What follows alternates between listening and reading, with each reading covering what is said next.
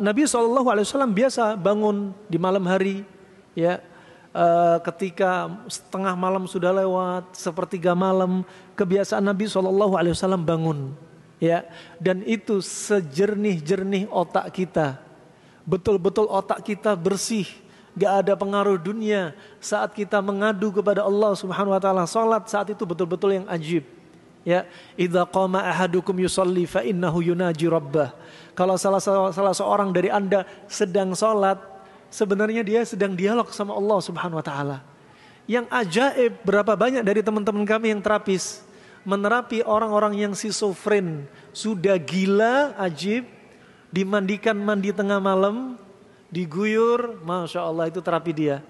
Ya, bahkan mereka yang kena gangguan jin, kesurupan, kena sihir maupun jin khadam, ya, subhanallah, dimandiin malam hari plus diruqyah, waktu yang paling manjur, ajaib, waktu yang dilupakan oleh kaum muslimin. Makanya sihir dinamakan sihir karena sihir terjadi di waktu sahur, ya, waktu menjelang adzan.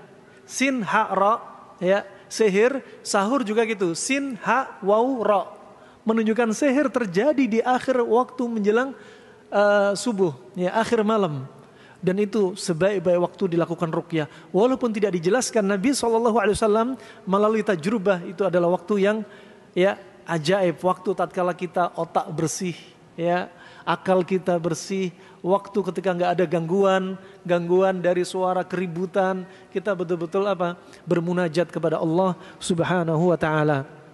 Dan kebiasaan Nabi SAW ketika bangun tidur, ya, Nabi SAW diantaranya gak langsung berwudu.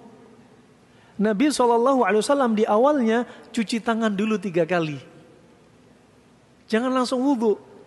Pernah ada seorang ulama menyampaikan satu hadis kepada seseorang yang benci dengan sunnahnya Nabi.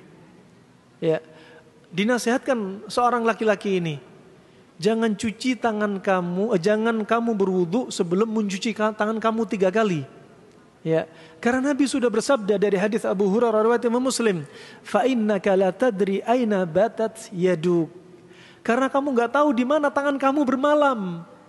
Ya, bisa jadi bermalam di kemaluannya, bisa jadi bermalam permisi di duburnya, bisa jadi kata Imam Syafi'i dia tidur tapi megang bangkai atau megang hewan atau megang sesuatu yang kotor-kotor. Nah, kemudian seorang lelaki ini mengatakan, saya tahu di mana tangan saya bermalam.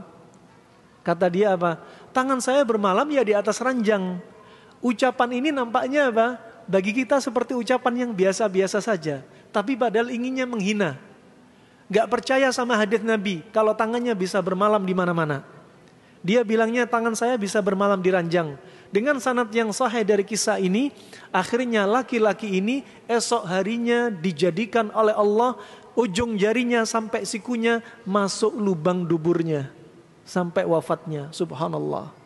Makanya Nabi bersabda, rubba rajulin yatakallam bil kalimah min sakhatillah la yulki fihi balan illa wa yahwi ila jahannam.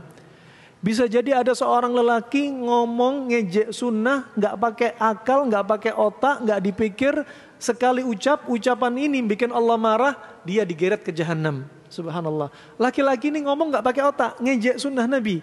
Akhirnya Allah jadikan tangannya masuk dari ujung jarinya sampai sikunya ke lubang duburnya. Nasallallahu alaihi wasallam. Sunnah ajarin nih, ajarkan kepada istri kita, anak kita.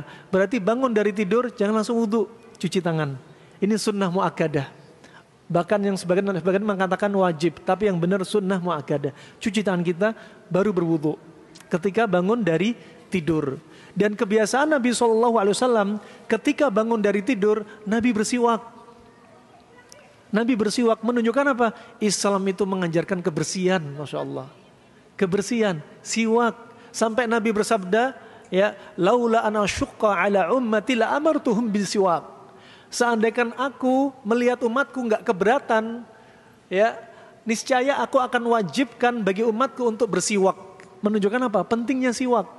Nabi mau masuk rumah bersiwak, mau wudhu bersiwak, mau sholat bersiwak, mau mencium istrinya bersiwak. Coba ajib. Nah, siwak terus. Nah, jangan nggak bersiwak. Nah, siwak nih bersihin. Begitu pula ada seorang ulama yang waktu itu memberikan siwak kepada seorang lelaki dengan kisah yang dengan sanad yang sahih juga. Ya fulan, ini siwak, silakan bersiwak. Apa kata dia? Diambil siwak itu, siwak ini biasanya saya gunakan permisi untuk membersihkan dubur saya dari kotoran setelah saya buang air besar, sambil dipraktekin. Subhanallah. Padahal Nabi kalau nggak merasa keberatan akan diwajibin, saking pentingnya siwak.